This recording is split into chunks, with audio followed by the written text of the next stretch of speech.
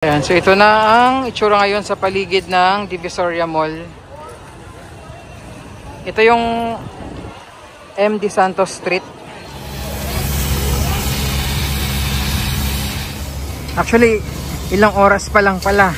Hindi pa araw, no? Pero kaliwat kanan na po ang pag-address sa issue nung mga basura at kalinisan ng lungsod ng Maynila.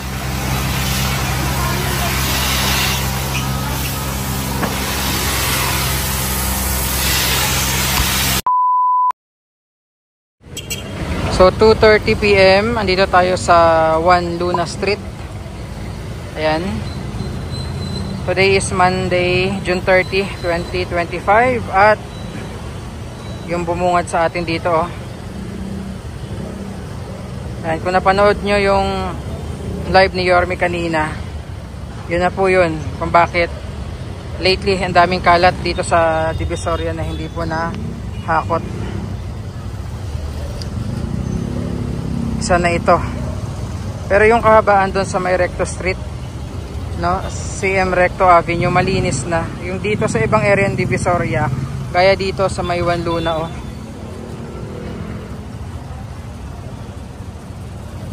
So halos nakaharang na yan sa kalsada, oh. Dito sa may 1 Luna yung basura.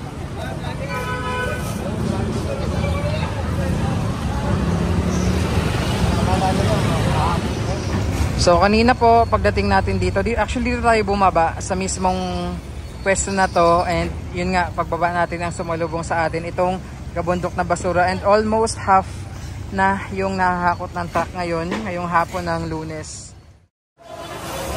So ngayon dito tayo sa Tabora Street sa tapat nitong Divisoria Mall, and I'll show you po yung itsura ngayon dito. Itong itsura ngayon ng Tabora Street. Ayan, oh. Tapos may naka-standby tayong fire truck dito. So mukhang magpa-flashing dito mamaya. Pero pansinin nyo, sobrang luwag nung kalsada.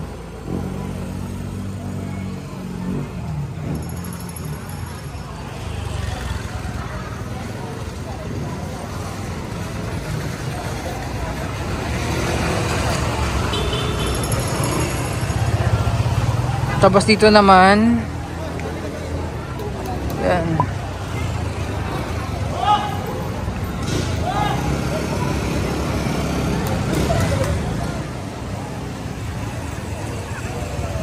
Lalo dito.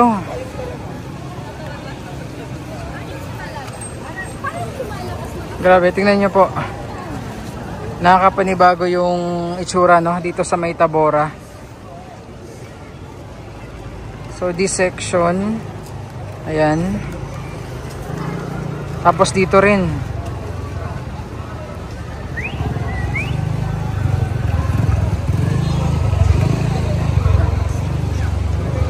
Bye-bye muna natin dito.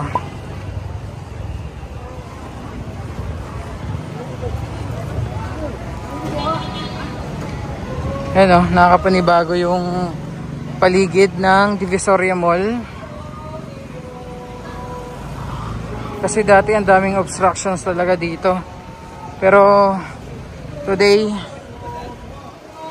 ayan.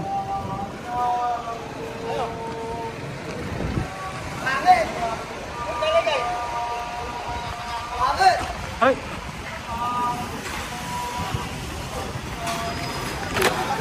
Taas ng hangin, umuulan.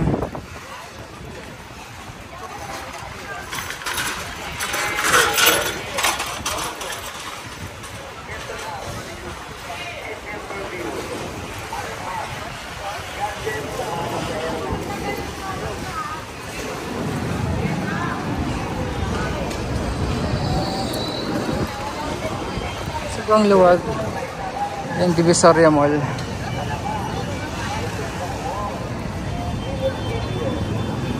Tapos meron din dito fire truck na nakaabang, magpa-flashing din siguro ito.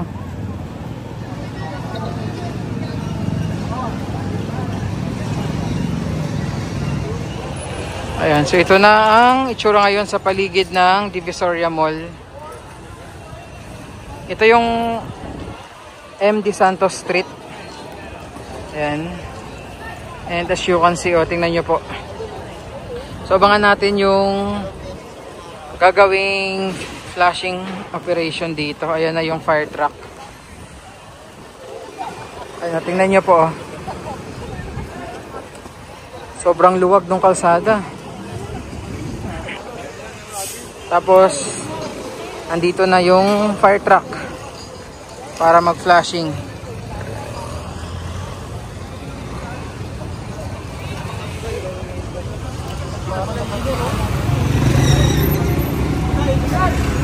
Ayun na, so mag-i-start na yung flashing dito sa kahabaan ng MD Santos Street. Dito yan sa gilid ng Divisoria Mall. Umuulan na rin.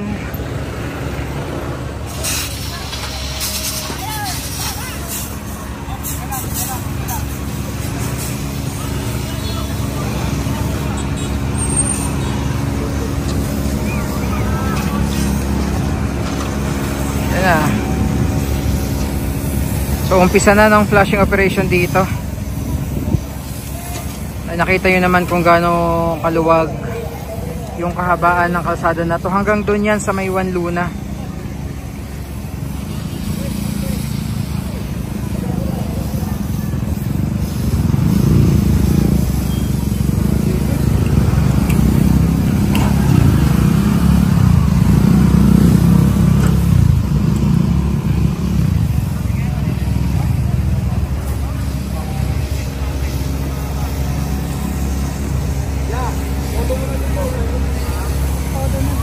Todo na. Grabe, first day ni Yorme at ang dami agad nangyari, no, dito sa Maynila. Yung issue sa basura. So ito agad yung isa sa mga in-address ni Yorme, no, yung issue sa basura dito sa Maynila.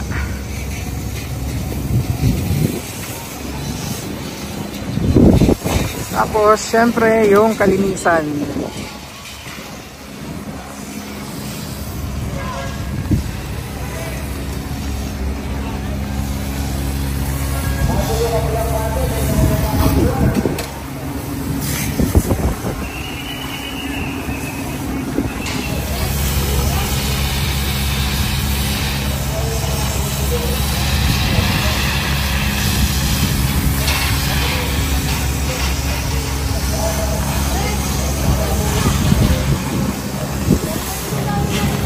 By the way, ang oras natin pala, no, 3:00 ng hapon.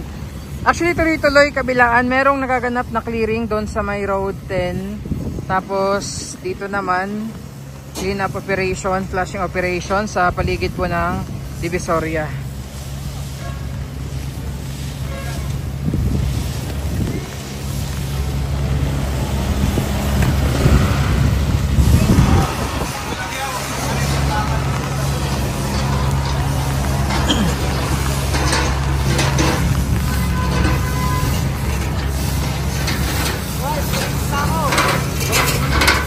Kita nyo, unang araw pa lang ito ni Mayor Isko.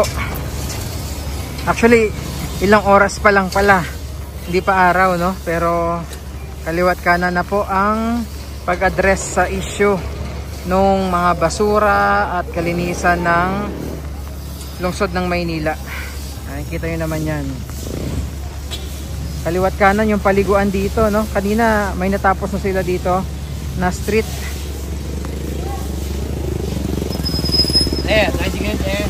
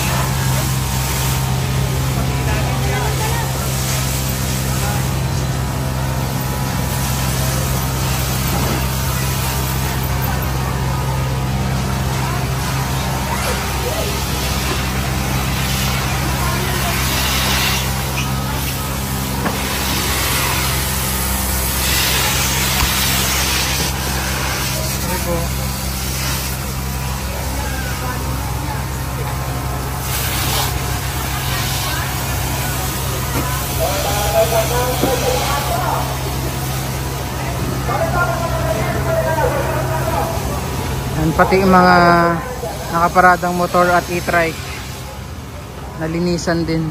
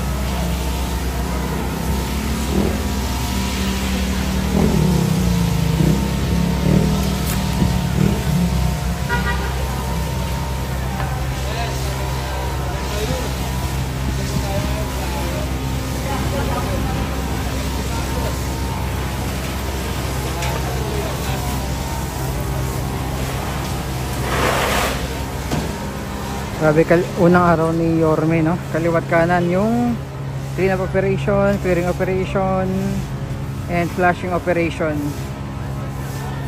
Talagang focus agad sa issue ng kalinisan, mga basura dito sa Maynila.